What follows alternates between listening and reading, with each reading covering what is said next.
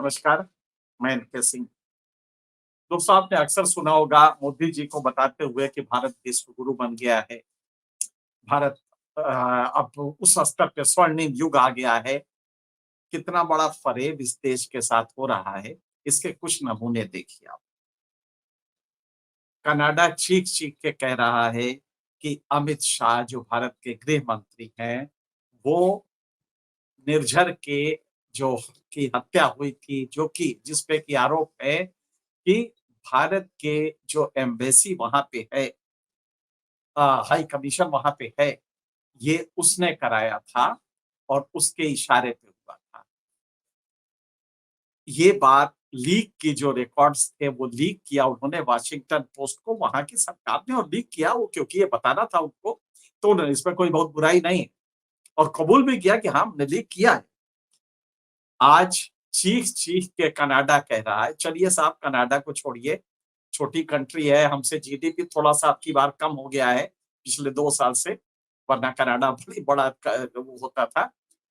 America, America तो बहुत बड़ा देश है, बताना नहीं कि भारत की जीडीपी है उसमें कितना अंतर है। अमेरिका 10 गुने, लगभग 10 गुने का अंतर है, 9 गुने का अंतर है अमेरिका की जीडीपी और भारत की जीडीपी में। चीन से हम 5वां हिस्सा है, चीन साढ़े 5वां हिस्सा है चीन से। चीन का जीडीपी इस समय $19 ट्रिलियन। अब अमेरिका चीख-चीख के कह रहा है कि हम कुछ भी बर्दाश्त नहीं करेंगे अपने आदमियों और पन्नून की हत्या को लेके, जो हत्या की कोशिश की गई थी। उसमें भी भारतीय एजेंट्स की बात आ रही है, यहाँ तक कि दूतावास की बात आ रही है, इन्वॉल्वमेंट की बात आ रही है और ये सारी कड़ियाँ मिली हुई हैं। आज देश कितना थू-थू दुनिया में भारत का हो रहा है, जिसको आप विश्व गुरु बता रहे हैं, उसकी सच्चाई तो समझ लीजिए। कितना झूठ बोलेंगे आप जनता से। विश्व गुरु की हकीकत ये है कि कनाडा, अमेरिका, और अमेरिका ने अभी डीलिस्टिंग की है, डी-रजिस्टर किया है आपकी 19 कंपनियों, क्योंकि वो ऐसे हथियार और ऐसे एलिमेंट्स दे रही थी जिससे रूस हथियार बना रहा था। तो डीलिस्ट किया गया है, आपके लोगों को डीलिस्ट किया गया है, इंडिविजुअल्स को और कंपनीज को किया गया है। आप ताली बजाएंगे, मेरे पास ऐसा नहीं है, हमने ऐसा कुछ भी नहीं किया है। ये कल आपके मिनिस्ट्री ऑफ होम अफेयर्स के स्पोक्स पर्सन ने बताया। गाल बजा रहे हैं आप, अमित शाह पे भी गाल बजा रहे हैं, तेवर दिखा रहे हैं। किसके इशारे पे ये होता है? ये चीजें हो रही है, उसकी सारे रिकॉर्ड्स है। आपकी सिट्टी पिट्टी गुम हो गई जब अमेरिका से आप टकराए, अमेरिका के यहाँ पन्नू की हत्या की साजिश की, तो उसने हत्या में प्रयुक्त न केवल वो जो पैसे आपने दिए थे, वो पैसे दिखा दिए जो गाड़ी में मिले थे, आपकी मूर्खता बताई कि जिस एजेंट से मर्डर करवाना चाहते थे, वो उनका एफबीआई का एजेंट है। आप इतने मूर्ख हैं, आपकी मूर्खता भी उजागर हो गई, पूरी दुनिया हंस रही है इसके ऊपर। अब चीन आपसे जो खफा था वो तो खफा था ही, चलिए बॉर्डर वॉर्डर पे थोड़ा कुछ हुआ है। अगला देखिए, आपका बांग्लादेश को पाल पोस के बड़ा किया था ना 1972 में, इंदिरा गांधी का काल था। बांग्लादेश का जो कुछ भी था शुरुआती दौर पे, वो हमारा किया हुआ था। उसका प्रोटेक्शन, डेवलपमेंट में रोल सब में रहा। आज बांग्लादेश ह्यूमन डेवलपमेंट पैरामीटर पे आपसे कोसों दूर है, भूख सूचकांक में आपसे बहुत ऊपर है। कौन से पैरामीटर बताएं? वो बांग्लादेश आपके खिलाफ हो गया है आज। आपको पानी पी पी के गरिया रहा है, आपको रोज बुरा भला कह रहा है, क्योंकि आपकी पॉलिसीज इस तरह की हैं। छोड़िए साहब, ताजा खबर क्या थी? नेपाल भारतीय हिस्सों वाली करेंसी चीन में छपवा रहा है। एक करेंसी तक आपसे तो नेपाल छिपा, और ये वो नेपाल है जहां नमक भी भारत से जाए तभी जाके उनके यहाँ सब्जी बनती है। ये उसकी उस नेपाल की हालत है जो ठेंगा दिखा रहे हैं आप। कहाँ गया आपका नेबर्स फर्स्ट? जब आप 2014 में आए थे तो ड्रामा क्या था आपका? नेबर्स फर्स्ट आपने कहा था ना। कितने जमाने से आप इन फर्स्ट उसमें नहीं गए हैं, क्योंकि ये देश छोटे लगते हैं। जब आप किसी बाइडेन से गलबगिया करते हैं तो आपको लगता है इमेज बढ़ रही है, दरअसल इमेज बढ़ती नहीं। अमेरिका ने रगड़ के आपको रख दिया है और आपकी घिघी बन गई है, बोल नहीं पा रहे हैं, एनएसए जाके गिड़गिड़ा रहे हैं, फॉरेन मिनिस्टर वहां जाते हैं तो बोलती नहीं निकलती है। ये आपकी हालत है। उसके अलावा बांग्लादेश जो कर रहा है वो तो कर ही रहा है। पाकिस्तान कश्मीर में अलगाववाद पूरी तरह से दिया है। लेकिन ये खास बात नहीं है।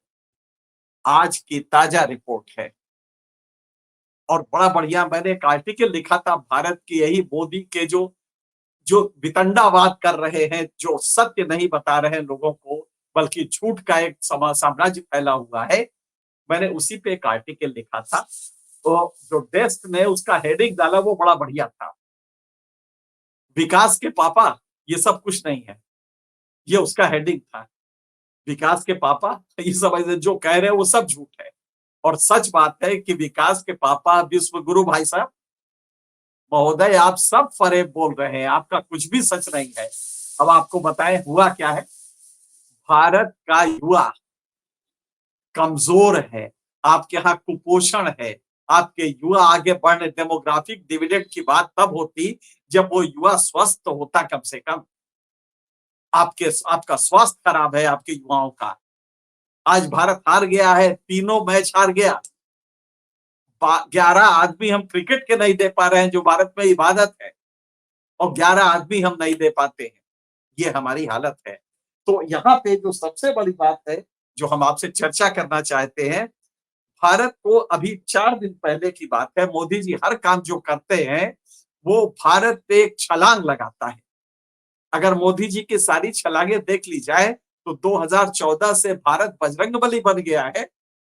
और छोड़िए श्रीलंका, लंका पहुंच गया वो रावण को मारने के लिए। भारत इतनी बड़ी छलांग लगा चुका है कि मोदी जी के बकौल मोदी जी कि वो अटलांटिक पार करके अमेरिका को कह रहा है कि बोल भाई कितना से भी कंडक्टर चाहिए। ये आपने नाटक पूरा फैला रखा है। 4 दिन पहले, अब जरा गौर कीजिएगा, 4 दिन पहले स्पेन के प्राइम मिनिस्टर भारतीय हमारे मोदी जी प्राइम मिनिस्टर के साथ बैठते हैं, उद्घाटन करते हैं एक टाटा के प्रोजेक्ट का, जिसको कहा जाता है अंबानी के प्रोजेक्ट का, जिसको कहा जाता है कि साहब डिफेंस प्रोडक्शन में भारत एक लंबी छलांग लगा गया। फिर छलांग लगा दिया मोदी जी ने। और ये लंबी छलांग क्या थी? कह रहे हैं कि साहब हम जो मिलिट्री के लिए हम ट्रांसपोर्ट प्लेन बना रहे हैं, 296 उसका नंबर है। 296 फाइटर वो मिलिट्री वो प्लेन बना रहे हैं जो मीडियम साइज का होगा, और मिलिट्री वारफेयर अगर होता है तो उसमें सप्लाईज बहुत सुनिश्चित हो जाएगी, भारत में बनेगा। अब जरा गौर कीजिएगा, इसका असली क्या है? इसका नाम जानते हैं क्या है? जिसको मोदी जी ने कहा लंबी छलांग लगा रहा है, इसका नाम है फाइनल असेंबली लाइन। इसका नाम ही है फाइनल असेंबली लाइन, FAL। जैसे हमारा HAL होता है वैसे FAL इसका नाम है। ये क्या धंधा करेगा? ये असेंबली करेगा। स्पेन से पार्ट्स आएंगे, स्पेन से इंजन आएगा, सब कुछ स्पेन से आएगा। और मोदी जी लंबी छलांग लगा दी। सिर्फ कल ऊर्जा जोड़ने को मोदी जी लंबी छलांग कहते हैं। अब इसका दूसरा एस्पेक्ट देखिएगा, 5 साल के अंदर 45% पुर्जे भारत में बनेंगे, और उसके 5 साल में फिर 76% पुर्जे भारत में बनने लगेंगे। लेकिन इंजन कभी नहीं बनेगा, इंजन स्पेन ही बना के भेजेगा। और बाकी जो 26% कंपोनेंट है, 24% वो भी स्पेन, जो मेन कंपोनेंट है वो स्पेन से आएगा। तो मैंने क्या किया है, हमने नट बोल्ट कसा है, तो मोदी जी इसको छलांग बता रहे हैं। ये स्पेन का समझौता पिछले हफ्ते का। अब एक और आप सुनिए, एनवीडिया का CEO आता है। ये सेमीकंडक्टर मेजर है और ये बहुत बड़ा प्लेयर है, अमेरिकन कंपनी है। ये CEO आता है तो टाटा से एक टाई अप करता है, और क्या कहता है, जरा गौर कीजिएगा, कहता क्या है? ये कहता है कि साहब India is an emerging giant in the making. एक महाकाय है जो बन रहा है। जानते हो किस बात का कहा था? मोदी जी ने ताली बजाई होगी, क्या क्या बात है, ये तो एआई जायंट बनने जा रहा है, दरअसल उसने माल बेचा है। वो जो कह रहा था वो कंज्यूमर इंडिया इतना बड़ा होने जा रहा है, इसके बारे में कह रहा था। वो एआई बनाने के लिए नहीं कह रहा था। एनवीडिया के सीईओ ने जब कहा कि India is an AI giant in the making, तो उसका कहने का मतलब ये था कि ये इतना बड़ा यूजर है हमारे एआई का, और एआई में किस चीज का, जो जीपीएस उसने बनाया है, ब्लैकवेल जीपीएस एक नया लाया है, उसका कंज्यूमर होगा। और तब एग्रीकल्चर से आपके एलाइड फंक्शन तक हर चीज में उसका ये चिप यूज होगा, हर चीज में ये चिप यूज होगा। इसलिए वो जायंट कह रहा था, वो ये नहीं कह रहा था कि इंडिया एआई में तकनीकी में बहुत ऊपर हो गया। भारत कहीं भी नहीं ठहरता है अभी तकनीकी स्तर पे, एआई दूर की चीज है।